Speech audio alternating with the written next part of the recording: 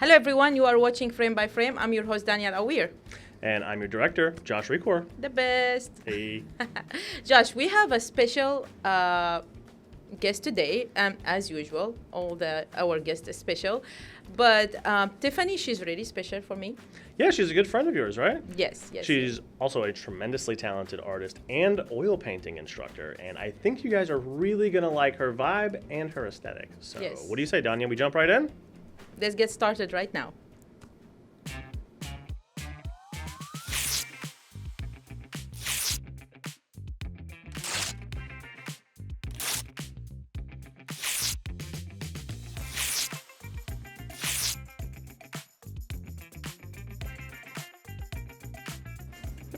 Tiffany, Hi. welcome. Thank you so much. So what's good?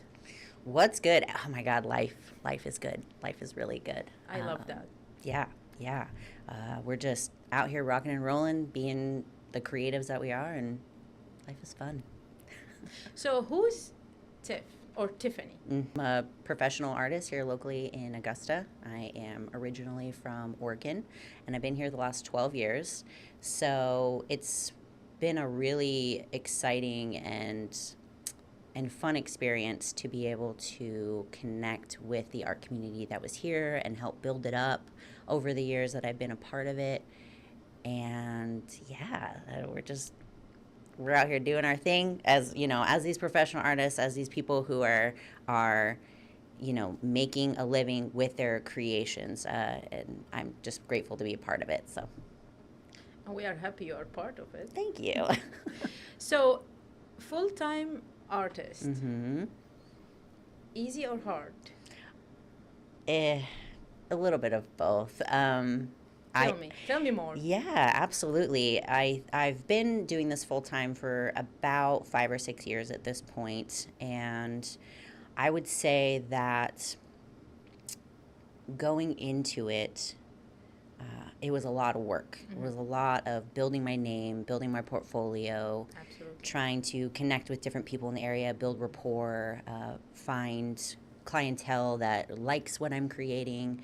And now that I have some footing, I'm very grateful to say that it's a lot of work, but it's very rewarding and it's fun. I get to do what I love every single day, all day long. So 10 lines under you doing what you like to yeah, do. oh yeah, absolutely. 10 line under this.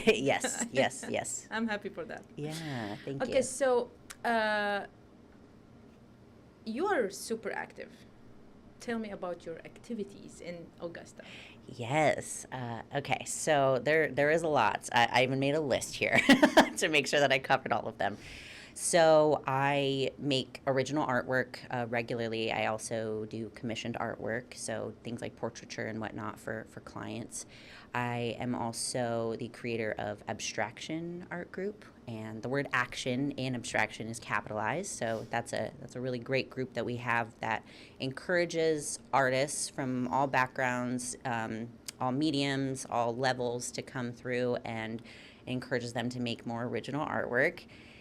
Then I'm also part of Artzilla, which is a live local painting group. We paint at Arts in the Heart every year, and we do monthly painting parties at Anbu Art Co downtown. I've also put on events like the Euphoria Arts Festival and just a lot of different shows throughout the area. I also teach classes. So I teach oil painting classes. And what else is on my list? I do a lot of markets around the area, different places like Le Chat Noir and Back to Nature Garden Center, and even at like Pendleton King Park. So definitely enjoy going to a lot of the different events and venues to vend. I have prints and originals and all kinds of stuff. So yeah, that's just a little bit of what I do around here.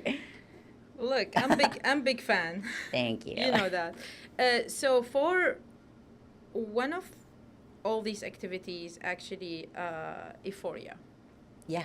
is coming back. Euphoria Arts Festival? I hope so. It will be under another name if it does, and we're hoping for 2026 with that. Oh, okay. Mm-hmm.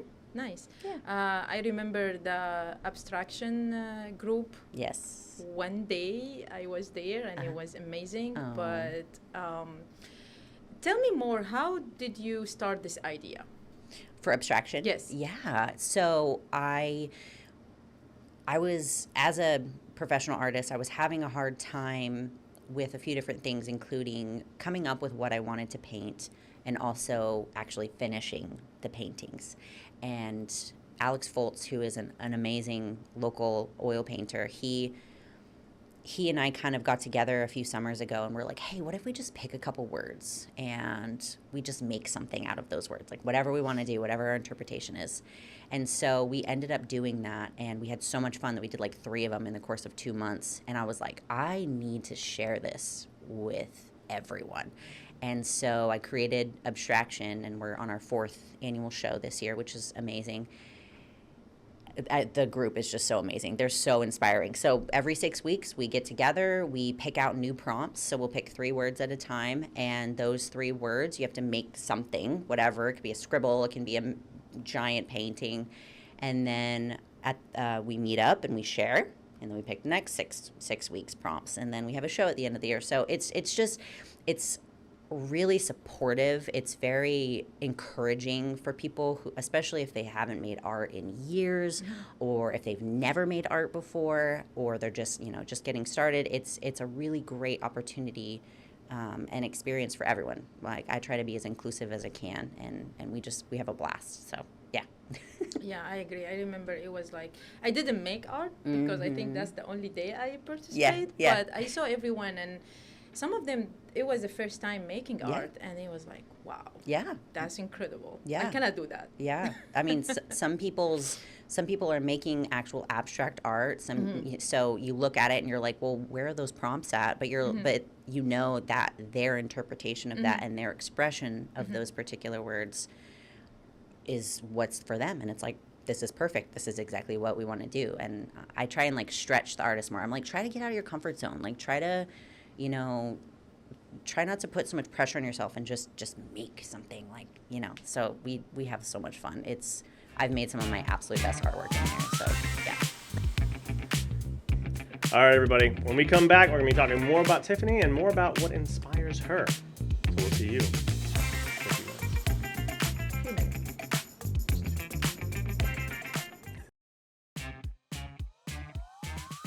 4 or 5 years when you start being a full-time artist, right? Yeah. And here in Augusta. Yes. So what do you feel we are missing here as an artist? That's a great question. What do I feel like we're missing here? I think that a lot of times when people are moving into the area, they feel like Augusta is, like, there's not a lot to do in Augusta, or there's not a lot to be a part of, when really there is. And it's like you have to just kind of like find your way into the niches, right? So I think, like, for artists, having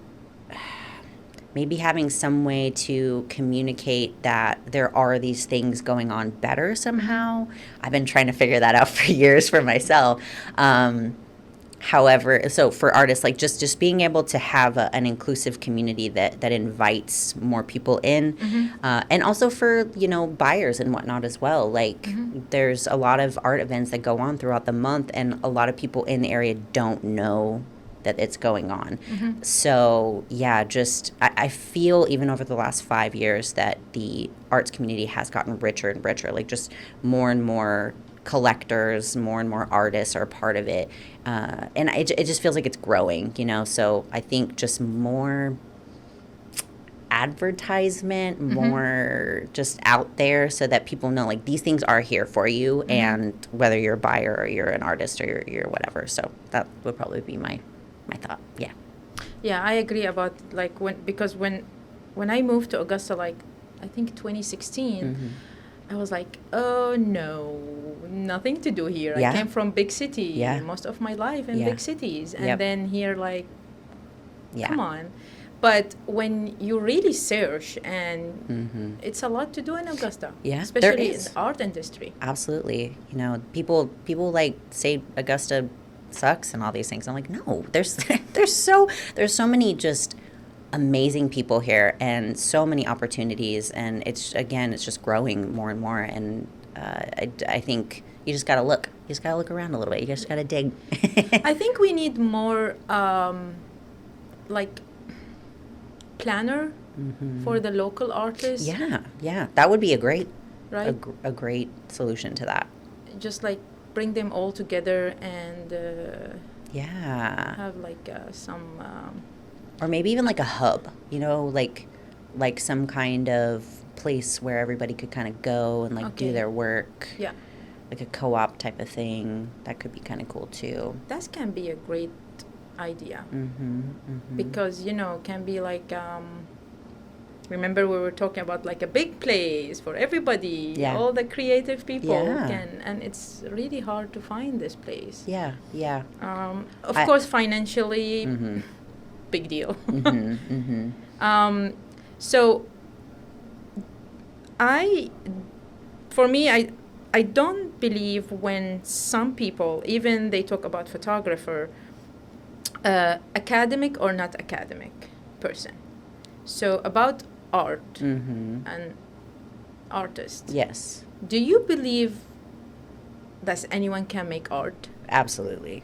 With the certain level, or you can be I think if you above want, and beyond? I think if you want to be a professional artist that is making artwork full time and that's your sole income, I think that it takes a level of not skill necessarily, not but if you're able to believe in what you're creating, if you're able to give yourself a presence online, in person, and you're giving like a piece of yourself to everybody, like you're kind of having to sell yourself a little bit, right? Yeah. If you're able to do that, I think anybody at any level that feels like their work is telling a story or like presenting a message that's important to them, I think anyone can be. I think if you don't have maybe a level of background in the academic realm, or if you don't have a level of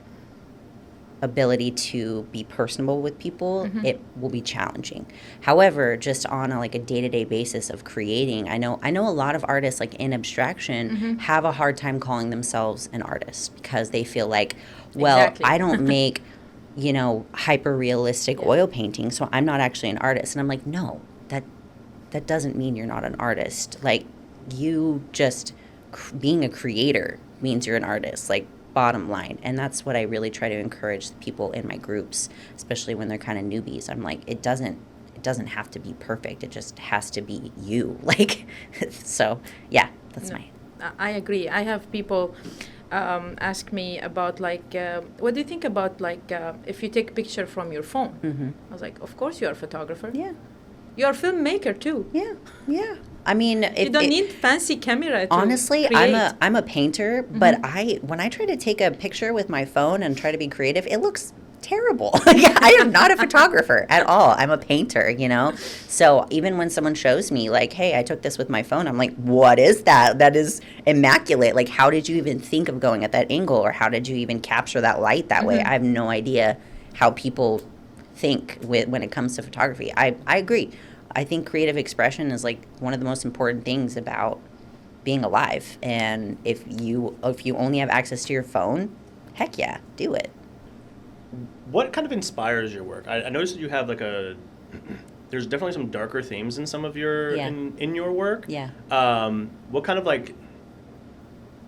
stuff brings that out, or what kind of inspires that? Right. Like I saw there's two that really radiated with me, where it was it was like a skeleton playing guitar, and that imagery is just so visceral. Like what goes into inspiring something like that? Right. This one, right? Yes, that one. That one's called Swamp Psychopomp Blues. So I'll just kind of go into that one in particular, and I'll sort of branch off of that. So that piece I actually did at Arts in the Heart for Artzilla 2 years ago, and that one, so a psychopomp is an entity or like a being that guides souls into the afterlife. And so with that imagery, what I wanted to do is kind of show this sort of dark energy guiding these souls with her music. And So I've always kind of been drawn to creating a little bit darker things.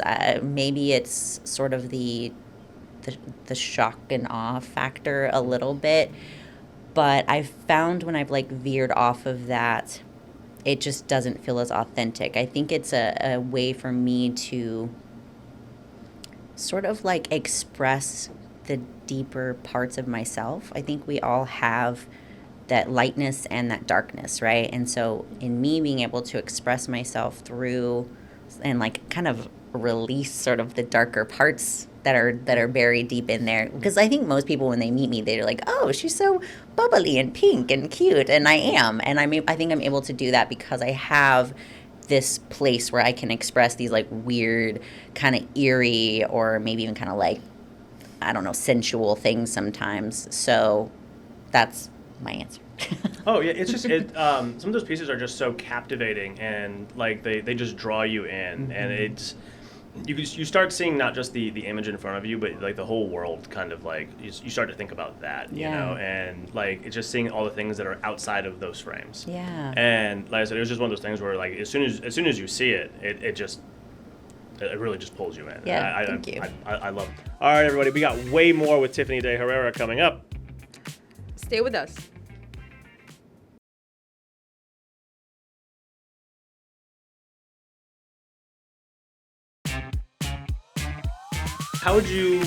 What's your introduction, not only to our audience, but you know, how do you want people to perceive you? Yeah, thank you for asking. Mm-hmm. I have been a lot of things in my life. I've been a dance instructor, I've been a bodybuilder, I've been an artist, I've been so many different things in my life, and I think it stemmed from living in a household growing up in Oregon with my really amazing parents, that they really gave me the space to express myself. So the way that I like to be perceived and the way that I like to present myself is I want to be like a safe space for people. I want to be this like creative, nurturing figure to the community. And I like being loud, and I like dancing, and I like to be bubbly, and I love spending time with my friends. And I think that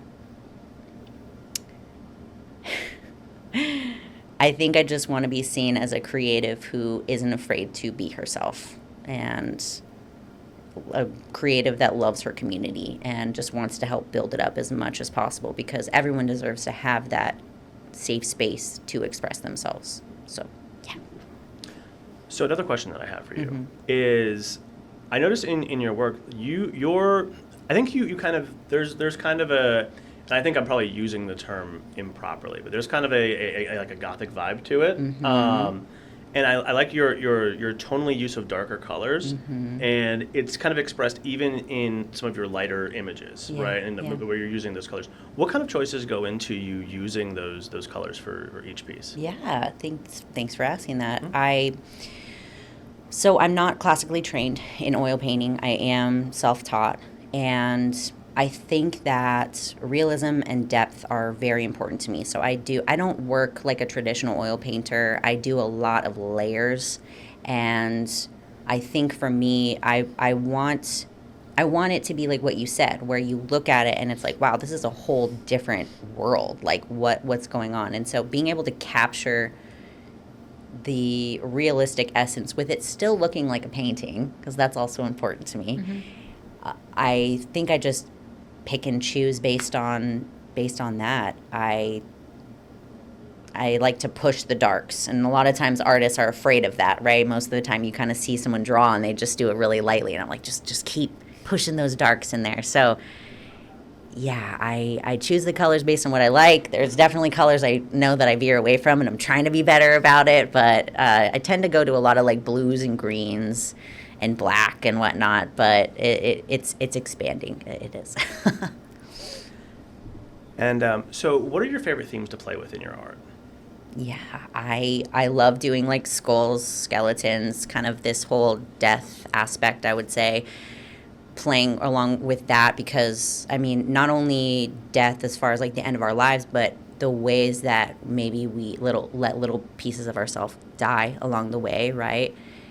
I think it kind of helps me to stay grounded in actually living. And I also like to play around with like the human body and expressing through more sensual themes. Again, the shock and awe factor is probably a little bit a part of it, but also just being able to capture someone in their raw form and in their vulnerable space when it comes to like sharing artwork that has nudity in it. It just feels important to me to be able to like tap into my own body, feel more comfortable in my own skin, and help other people as well to feel that way. So I think from what you're saying to me, like what's standing out is that there's an authenticity to your art that is very expressive, not only from a personal standpoint, but from your view on society and everything. And I think that creates such an awesome and emotive piece. So if you haven't had a chance to check out Tiphiknee's work, I cannot recommend it more. It's fantastic. Thank you. Thank you so much. 100%. I do appreciate it. Oh, we're going to take a quick break and come back. All right, so stay with us. Do you think art in general can send a message stronger than words? I think it can. I think it definitely can. The interesting thing about art versus words is that when you look at a piece of artwork, it's your message and your interpretation. So I think that can sometimes definitely be stronger. If I'm looking at something and it's giving me this message, it could maybe help me if I'm having a hard time making a decision, or if I'm not sure what path I should go on. If seeing visual art can really give you a clear message for yourself, right? And again, that's why it's kind of fun also to be able to speak with artists, because then you get to hear their interpretation and their words and their story of it. But yeah, I guess it just depends on what kind of message you're looking for, really. So I think they're both very, very valid forms of communication, for sure. I think even your work, you always have story to tell through your art. It's important to have an emotional, I always have an emotional connection. I don't have children. These are my children. These are my creations. So yeah, I definitely get an emotional attachment to them and build whole worlds and stories around my works. Yeah. So if you're not an artist, what are you gonna be? What am I gonna be? Yeah. So I don't think I can't not be an artist. I actually didn't make art for 7 years in my 20s, and I was a dancer and a dance choreographer and teacher through the whole time. So I was expressing myself through dance, through movement, through making things up so that other people could follow along. And so I don't think I could not be some kind of artist. I think it's just who I am. So, one advice for new artists in the industry? Yeah, that's a great question. I think a lot of people stopped making artwork when they were young because they believed what someone said about what they were creating. And those of us who are still artists into adulthood, we got told those things, like we weren't good enough, or our piece wasn't right, or we got those critiques that hurt really bad, and we didn't care. We just kept creating.